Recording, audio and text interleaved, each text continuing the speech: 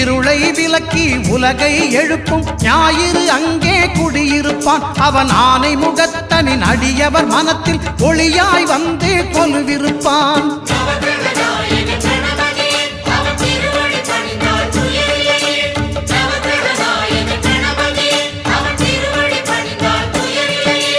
ஒன்பது கோளும் ஒன்றாய் காண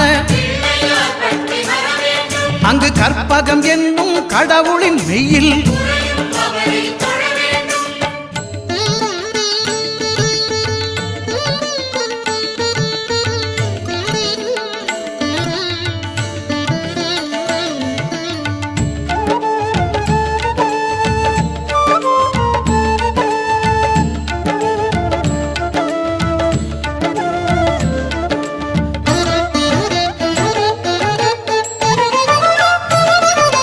திங்கள் பகவான் திருமுகம் காண